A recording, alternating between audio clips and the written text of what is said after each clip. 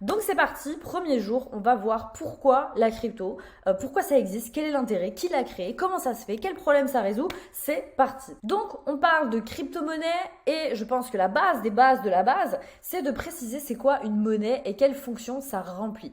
Pour être considéré comme une monnaie, un actif doit remplir plusieurs fonctions essentielles et globalement trois.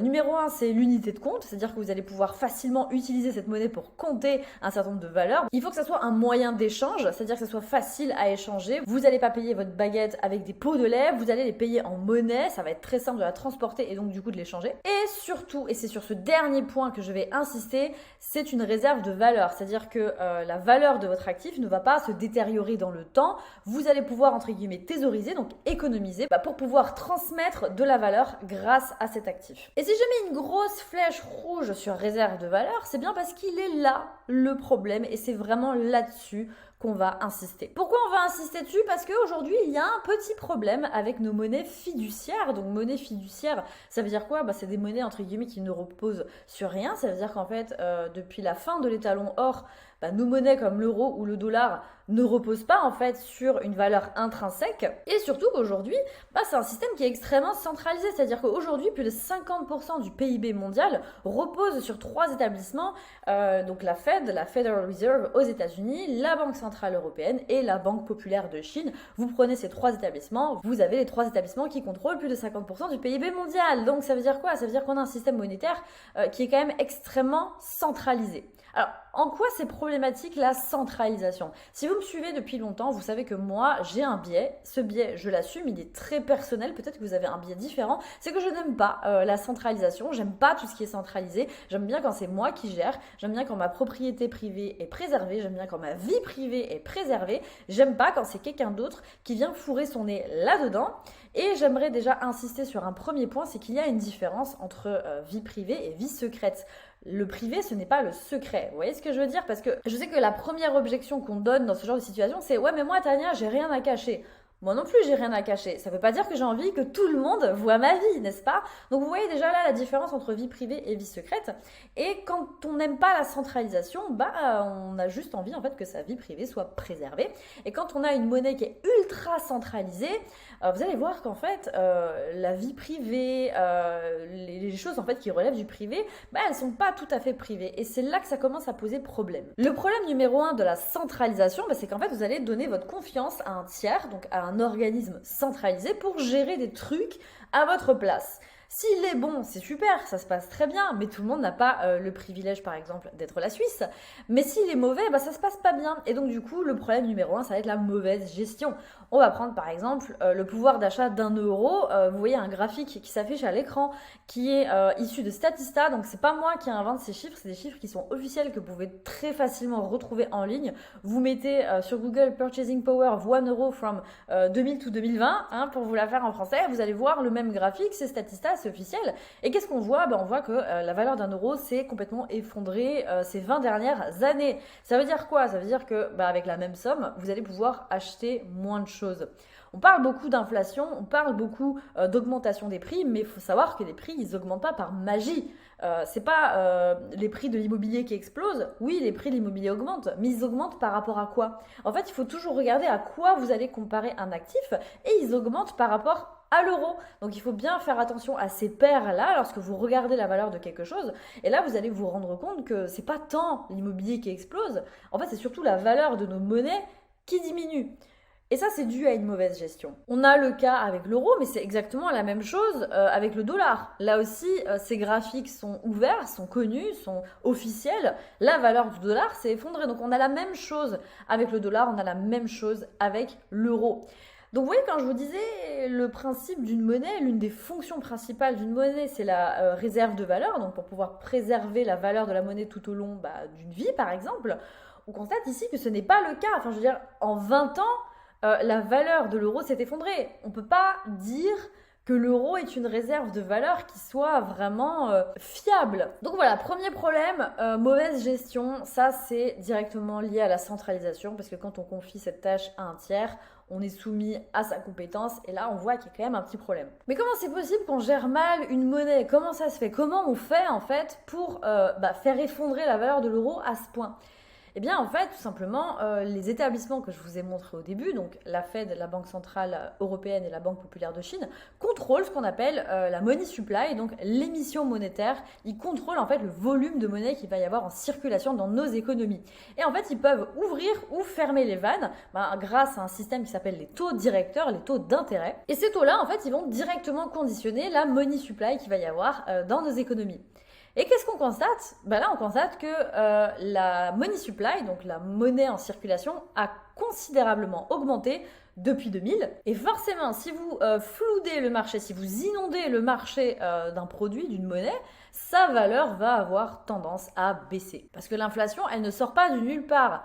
Quand bien même Madame Christine Lagarde vous dirait que l'inflation sort de nulle part, bien évidemment, c'est faux. Il n'y a pas besoin d'avoir un bac+5 en économie pour le comprendre. C'est juste qu'ils auraient l'air très bêtes en disant qu'ils ont mal géré la crise Covid, par exemple. Donc, inflation, baisse de la valeur de nos monnaies.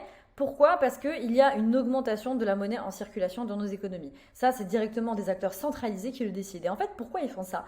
C'est une façon, quelque part, de vous faire payer l'addition de la dette. Parce que les États, ils s'endettent pour pouvoir payer un certain nombre de choses, pour pouvoir payer leur fonctionnement ou éventuellement leur train de vie. Et eux, ils se financent en fait assez facilement, ils empruntent à fond.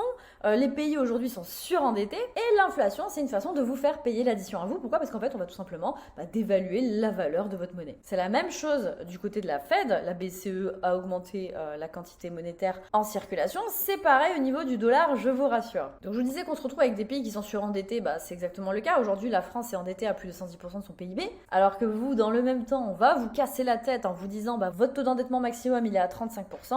La France, elle est endettée à 110%. C'est-à-dire qu'on vendrait toute la France, qu'on n'aurait même pas de quoi rembourser sa dette. C'est quand même incroyable quand on y pense. Les États-Unis, c'est pareil.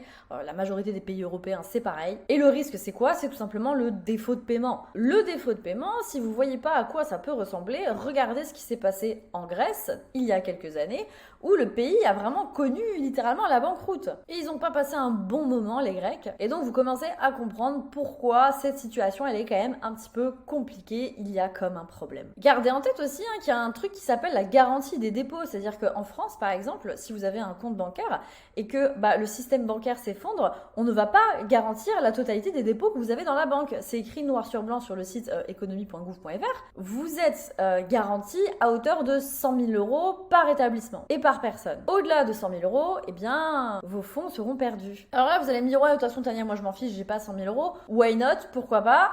Toujours est-il que pour moi, le verre est dans le fruit. Ça veut dire tout simplement que l'argent que vous posez à la banque n'est plus votre argent, de toute façon ça c'est avéré. Et dans tous les cas, les banques ne sont pas tenues de collatéraliser la totalité des fonds qu'on dépose chez elles. Ça veut dire quoi? Ça veut dire que si vous déposez 100 000 euros à la banque, ce ne sont plus vos 100 000 euros. La banque elle est tenue d'avoir seulement 1% en réserve de ces 100 000 euros là. Donc les banques ne sont pas tenues de collatéraliser à fond. Elles collatéralisent 1% de ce qu'on dépose chez elles. C'est minime. C'est-à-dire qu'en fait, le système bancaire, quelque part, j'ai pas envie de dire que c'est un château de cartes parce que depuis 2008, il y a beaucoup de choses qui ont été faites pour solidifier le système bancaire.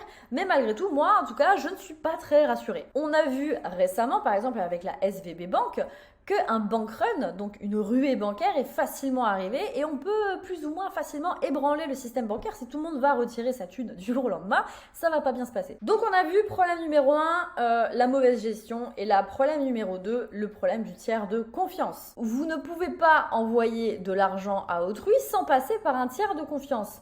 Bien sûr, il va rester le cash, mais le cash aujourd'hui, c'est limité. Déjà, le nombre de cash que vous pouvez transporter dans votre poche dans la rue librement est limité. Si vous ne le saviez pas, bienvenue, je vous l'apprends. Vous ne pouvez pas, par exemple, également vous trimballer avec 50 000 euros en poche. Il y a une limite. Vous ne pouvez pas non plus retirer certaines sommes de vos comptes bancaires sans allumer toutes les alarmes chez votre banque. Et vous ne pouvez pas envoyer, par exemple, un virement à n'importe qui sans passer par un tiers de confiance, que ce soit une banque, Lydia, Revolut, ce que vous voulez. Aujourd'hui, jusqu'à la crypto, vous ne pouviez pas le faire, vous étiez obligé de passer par un tiers de confiance. Vous étiez obligé de passer par un organisme centralisé qui va dire combien vous avez le droit d'envoyer, dans quel délai vous avez le droit d'envoyer et combien ça va vous coûter. Essayez également d'envoyer un virement à l'étranger. Si vous avez de la famille à l'étranger, j'imagine que vous savez de quoi je parle. Et donc c'est une perte de liberté quelque part, parce qu'en fait on va sans cesse contrôler ce que vous pouvez faire, ce que vous ne pouvez pas faire, combien vous pouvez envoyer. On va vous appliquer des frais, par exemple si vous êtes à l'international, peut-être même qu'on va vous refuser le virement, il va y avoir des délais rallongés, chiffrer. On va voir exactement à qui vous envoyez, combien vous envoyez. Donc en fait, au niveau de la vie privée, c'est assez inexistant. Demandez-vous quelle est la personne qui vous connaît le mieux au monde. C'est pas votre conjoint, c'est votre banquier. Pourquoi? Parce qu'il voit exactement les transactions qu'il y a sur votre compte. Il connaît votre rythme de vie, il sait dans quoi vous mettez votre argent et c'est votre banquier qui vous connaît le mieux. Quelque part, c'est une liberté qui est un petit peu entravée à mon sens. Peut-être que pour vous, ça vous paraît un petit peu fumeux. Pourquoi? Parce qu'on a la chance quelque part d'être dans des démocraties occidentales. On a beau dire ce qu'on veut sur nos démocraties, elles existent malgré tout et elles sont réelles. Allez dans certains pays d'Afrique, par exemple, où on a tracé les frontières à la règle, vous vous retrouvez en fait avec des familles qui sont éclatées de part et d'autre d'une frontière, qui ne vivent qu'à quelques kilomètres les unes des autres, mais elles vivent dans des pays différents, avec des systèmes bancaires différents, potentiellement avec des monnaies différentes, et on peut se retrouver avec des situations absurdes où en fait des gens ne peuvent pas faire un virement à leur famille qui habite à 20 km mais qui sont de l'autre côté de la frontière, et ça c'est une vraie entrave à la liberté. Petit clin d'œil, je vous ai mis le logo de Tracfin, donc Tracfin qui est un service de renseignement français qui est extrêmement compétent dans le domaine de la finance. C'est à eux que vous aurez affaire si vous commencez à faire n'importe quoi en utilisant des flux monétaires par exemple. Donc c'est juste un exemple, renseignez-vous sur ce que c'est. Je suis pas en train de vous dire que vous, pauvre particulier qui ne fait rien de spécial, vous allez avoir affaire à Tracfin, mais c'est juste pour vous dire que s'il y a un truc qui est extrêmement traçable, c'est la monnaie. Vous pouvez vous balader dans la rue sans téléphone portable, sans rien, personne ne saura où vous êtes, ce que vous faites, etc.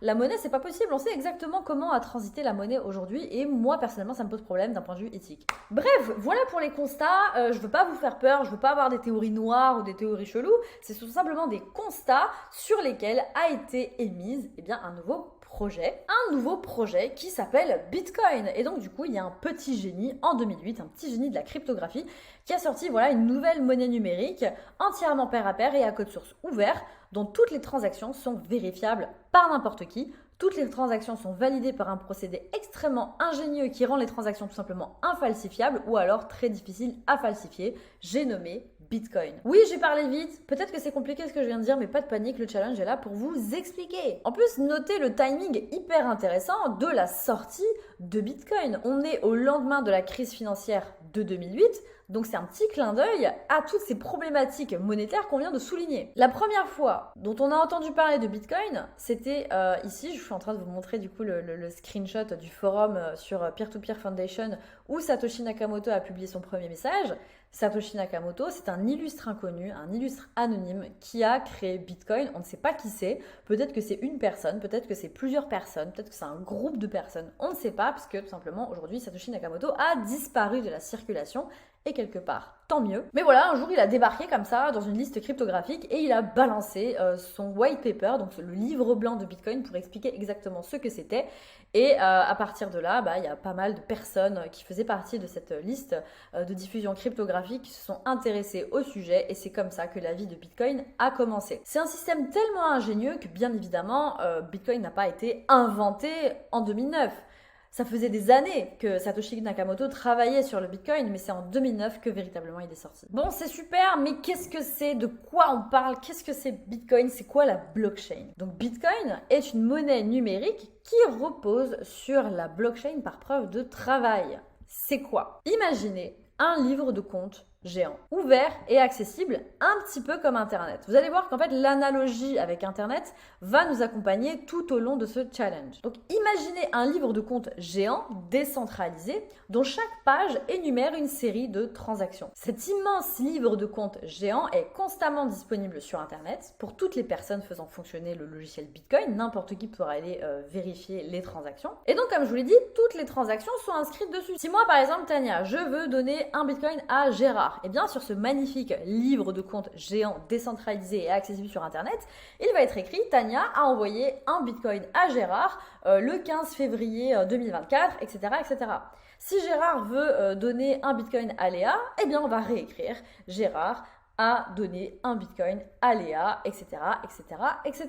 Tout est inscrit sur la blockchain, c'est un livre de compte géant. Et puisque la blockchain Bitcoin a été imaginée comme un livre de compte géant, l'argent, il n'est pas techniquement dans sa poche. Il va vraiment falloir sortir de cette logique qu'on a tous de se dire l'argent est dans ma poche, l'argent est dans mon compte, il est chez moi, etc. Alors qu'en fait, il n'est même pas chez vous, il est à la banque, mais c'est un autre sujet.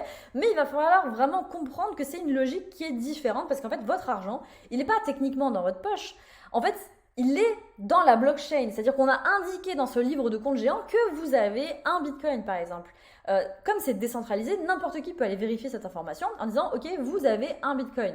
Alors, petite précision, vu que je parle de vie privée, il n'y aura pas écrit dans la blockchain « Tania a un Bitcoin ». Moi, Tania, je vais être représentée par une suite de chiffres et de lettres, un petit peu comme un IBAN. Donc, ça va être un pseudonyme, en fait. Donc, la blockchain n'est pas anonyme, la blockchain Bitcoin n'est pas anonyme, elle est pseudonyme. À partir du moment où je ne révèle pas mon identifiant de compte, on ne saura pas que c'est moi, Tania, qui possède l'argent. Ça sera juste écrit une suite de chiffres et de lettres possède un Bitcoin. Donc voilà, ça c'est quand même assez important à préciser. Donc l'argent n'est pas techniquement dans sa poche, dans son ordinateur, dans sa clé, dans son compte, il est sur la blockchain, ok? Et tout le monde peut aller vérifier cette information, tout le monde peut aller constater que j'ai donné un Bitcoin à Gérard et donc que cette transaction est infalsifiable parce que tout simplement ça a été validé grâce à la preuve de travail, on va voir juste tout à l'heure ce que c'est. Et donc c'est infalsifiable. On peut pas enlever cette transaction, on peut pas la falsifier. Gérard va avoir un Bitcoin. Donc ce livre de compte géant, en fait, il est synchronisé sur plein de serveurs et plein d'ordinateurs en même temps, de façon à ce que si on casse un serveur, si on casse un ordinateur, on n'a pas cassé le livre de compte géant, on a juste cassé un ordinateur. La blockchain, elle va continuer à être synchronisée sur plein d'ordinateurs différents. C'est un petit peu pareil en fait pour Internet. Aujourd'hui, si je prends par exemple mon téléphone et que je l'explose par terre, j'ai pas cassé Internet, j'ai juste pété mon téléphone. Pourquoi? Parce qu'en fait, Internet est décentralisé. Internet est aujourd'hui partagé par énormément d'ordinateurs et de téléphones en même temps. Vous allez voir que je vais beaucoup utiliser cette analogie avec Internet comme je vous l'ai dit. Donc si j'explose mon téléphone, j'ai juste explosé mon téléphone. J'ai pas explosé Internet. Les mails que vous avez envoyés, ils sont toujours sur un serveur quelque part. Et encore, je trouve que Internet est encore plus centralisé que la blockchain, mais ça c'est un autre sujet. Mais je veux dire, c'est pas parce que vous avez cassé votre téléphone que vous allez perdre l'intégralité de votre donnée.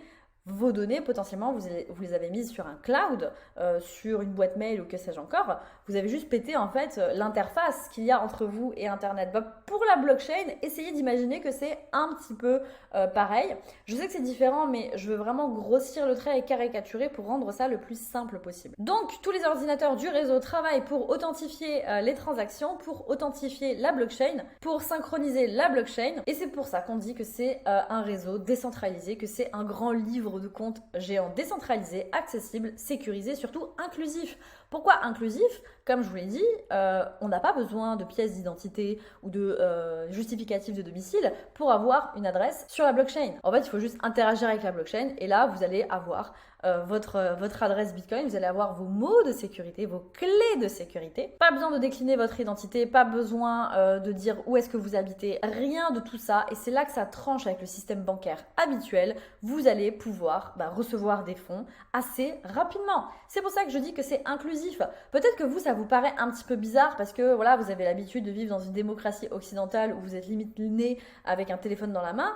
Pensez à énormément de populations dans le monde qui sont exclues du système bancaire, qui ne sont pas bancarisées. Et bien en fait, Bitcoin vient leur proposer une solution assez simple pour pouvoir être bancarisé et recevoir et faire transiter des fonds. Donc n'importe qui peut avoir une adresse et avoir ses mots de sécurité et recevoir des fonds. Mais attention, si c'est décentralisé, vous êtes les uniques responsables de vos fonds. Si vous perdez l'accès à votre clé de sécurité, donc à vos mots de sécurité, vous perdez l'accès total à vos fonds. Il n'y a pas une banque à qui vous allez pouvoir téléphoner pour dire « Hey, j'ai oublié mon mot de passe ». Non, c'est terminé. Vous avez perdu vos mots, vous avez perdu l'accès à vos fonds.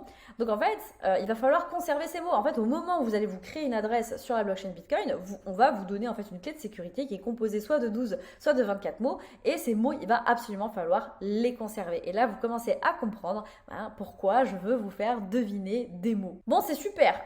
Comment on fait pour sécuriser les transactions? Là, vous avez compris que la blockchain est un livre de compte géant décentralisé sur lesquels toutes les transactions sont indiquées. Mais comment ça se fait que c'est infalsifiable en fait? Et là, du coup, on va parler du processus de minage parce que Bitcoin est une blockchain qui repose sur la proof of work, la preuve de travail. Et les mineurs sont absolument nécessaires. Donc les mineurs, c'est quoi? Le minage, c'est quoi?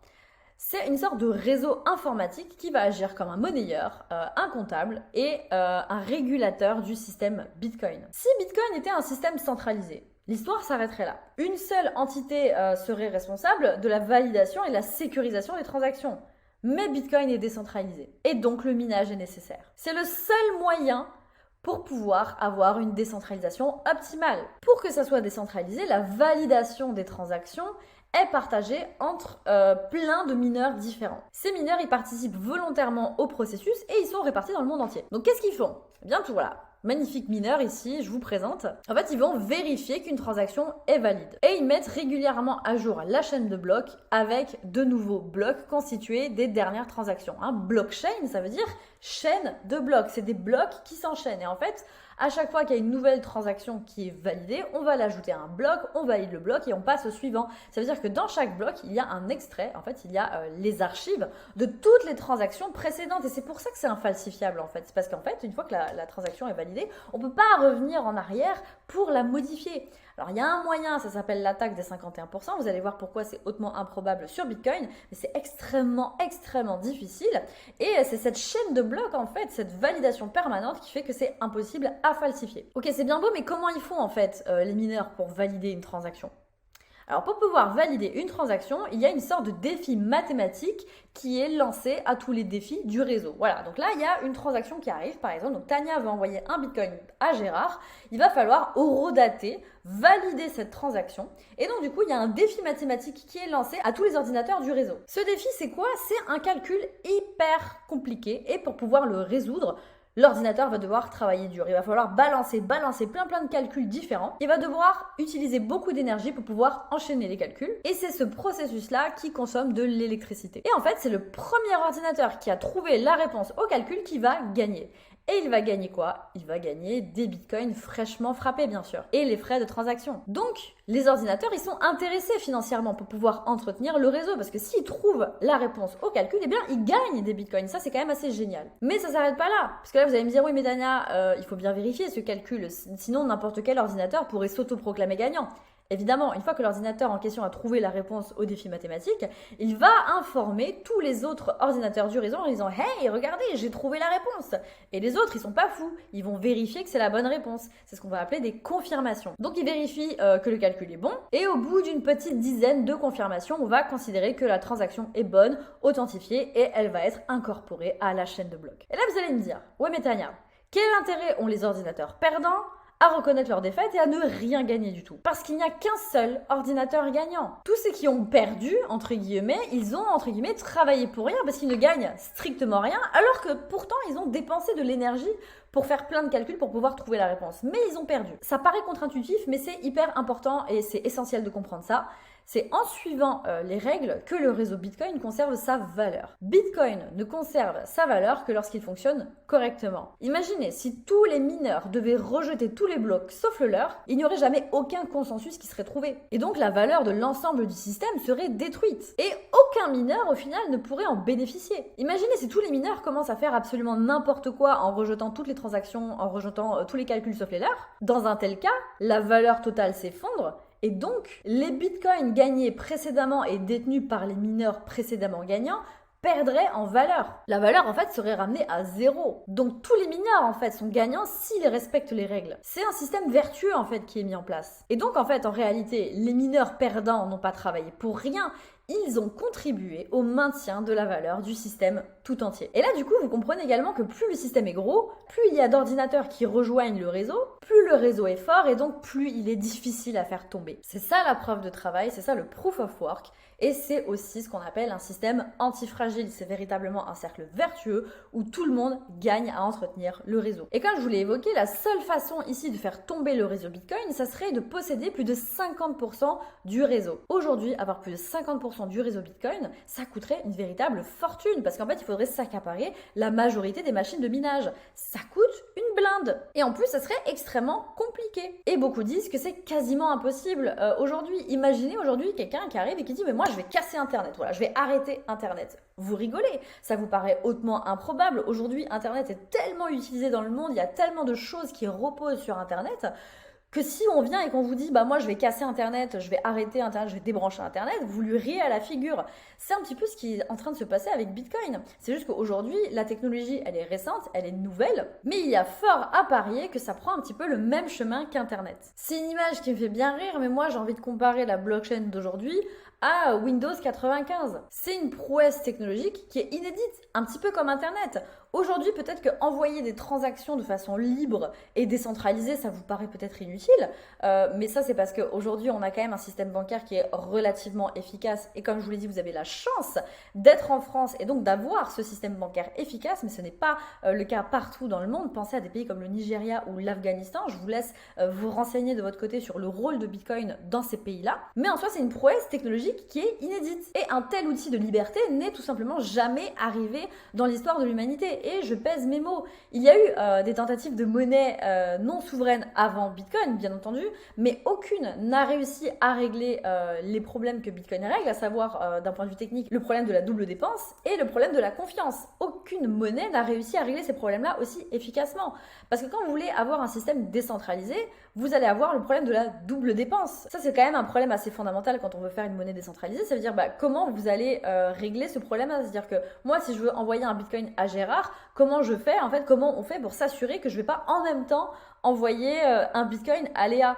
Eh bien, à la base, donc dans le système bancaire traditionnel, c'est un tiers de confiance centralisé qui va s'assurer de dire, ok, tu as envoyé une fois ces fonds, tu ne peux pas les renvoyer une deuxième fois. Mais c'est un tiers de confiance centralisé qui le décide. Si c'est décentralisé, c'est quand même beaucoup plus compliqué de ne pas faire de double dépense. Eh bien, le système de minage vient régler ce problème et aucune monnaie n'avait réussi cette prouesse-là auparavant. Donc c'est pour ça que pour moi, Bitcoin est une innovation aussi disruptive qu'Internet. C'est extrêmement prometteur et pensez à toutes ces entreprises qui, dans les années 90, se sont lancées. Je pense à Microsoft, je pense à Apple, je pense à Amazon. Amazon qui a commencé dans un garage en vendant des bouquins. Ça pouvait sembler ridicule au début. Regardez où en sont ces entreprises aujourd'hui. Regardez leurs cours en bourse. Regardez Facebook, regardez Meta, regardez toutes ces entreprises-là. Moi, je pense sincèrement que Bitcoin et la blockchain en général en est à ses débuts aujourd'hui. C'est un petit peu un Windows 95. Vous pouvez trouver ça ridicule forcément avec vos yeux d'aujourd'hui où on fait tourner des Netflix et plein de trucs comme ça. Mais c'est pour ça que je dis que c'est une opportunité incroyable. C'est pour moi une occasion inédite de pouvoir se positionner sur ce type d'innovation. Nos parents et nos grands-parents, ils avaient l'occasion de se positionner sur Amazon, sur Microsoft à leur début. Moi, je pense que notre génération, elle a l'occasion de se positionner sur la blockchain. Voilà, j'espère que cette première vidéo du challenge vous a aidé à comprendre ce que c'est Bitcoin, pourquoi ça a été inventé et quels problèmes ça résout et comment ça marche. Bien évidemment, j'ai simplifié ça pour rendre ça le plus compréhensible possible. Il y aurait tellement d'autres choses à dire. C'est pour ça que dans Boost tes finances, la formation, la partie crypto, rien que les bases, prend plus de 5 heures. Donc 5 heures pour vraiment faire le tour de la question, c'est vous dire si c'est large et il y a plein de subtilités à comprendre. L'idée de cette vidéo, c'est que ça soit aussi un prétexte à la conversation. Donc moi, c'est vraiment un sujet qui me passionne. Je pourrais vous en parler pendant des heures, mais l'idée, c'est d'être efficace. Donc n'hésitez pas à poser vos questions